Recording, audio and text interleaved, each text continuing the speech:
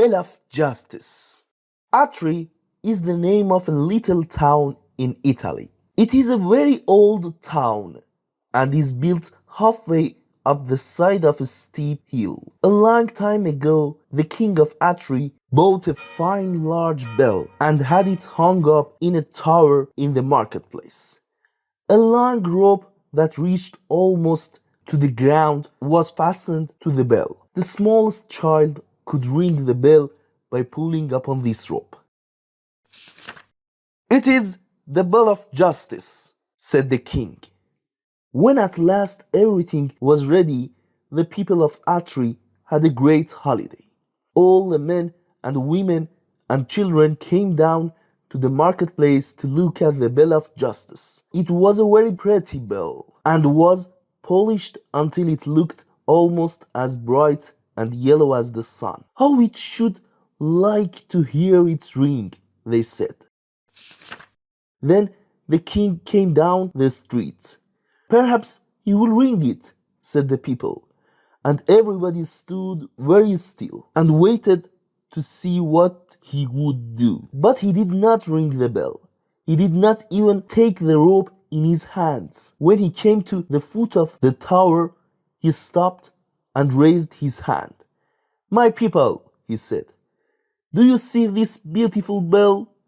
It is your bell, but it must never be rung except in case of need. If any one of you is wronged at any time, he may come and ring the bell, and then the judges shall come together at once and hear his case and give him justice. Rich and poor, old and young, all alike may come, but no one must touch the rope unless he knows that he has been wronged." Many years passed by after this. Many times did the bell in the marketplace ring out to call the judges together. Many wrongs were righted. Many evildoers were punished. At last, the hempen rope was almost worn out. The lower part of it was untwisted. Some of the strands were broken.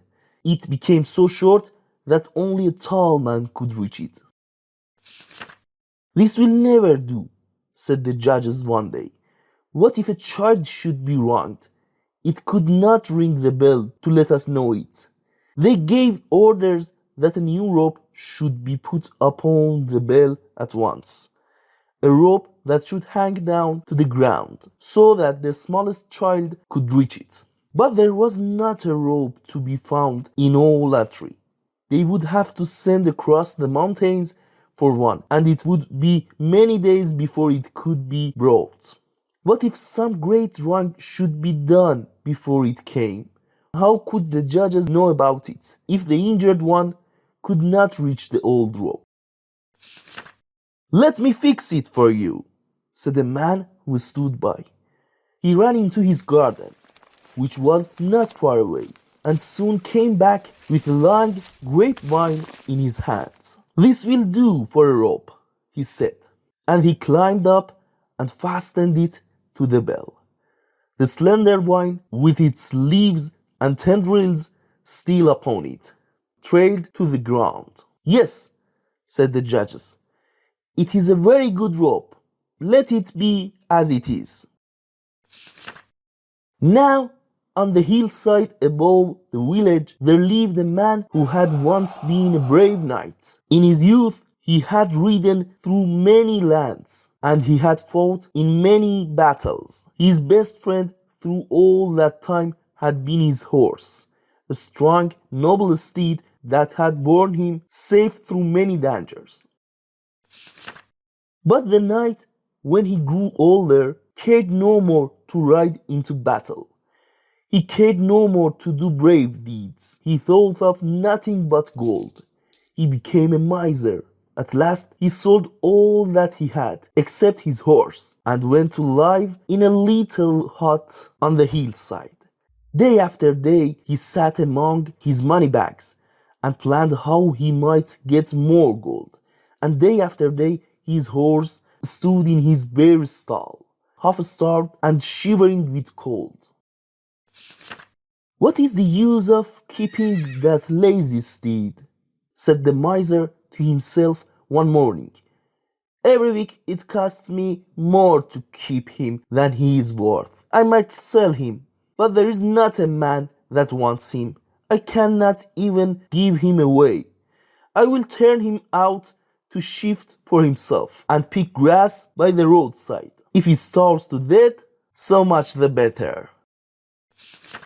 So the brave old horse was turned out to find what he could among the rocks on the barren hillside. Lame and sick, he strolled along the dusty roads, glad to find a blade of grass or a thistle. The boys threw stones at him, the dogs barked at him, and in all the world there was no one to pity him. One hot afternoon, when no one was upon the street, the horse chanced to wander into the marketplace. Not a man nor child was there, for the heat of the sun had driven them all indoors. The gates were wide open. The poor beast could roam where he pleased. He saw the grapevine rope that hung from the bell of justice.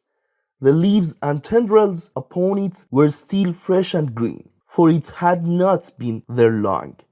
What a fine dinner they would be for a starving horse.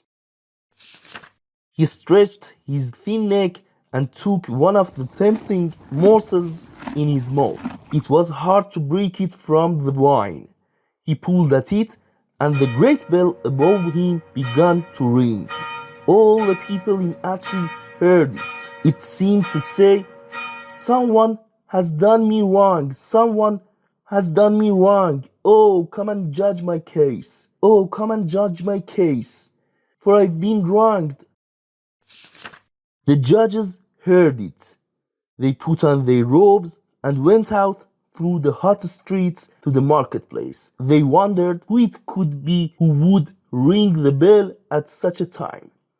When they passed through the gate, they saw the old horse nibbling at the wine. "Ha!" cried one.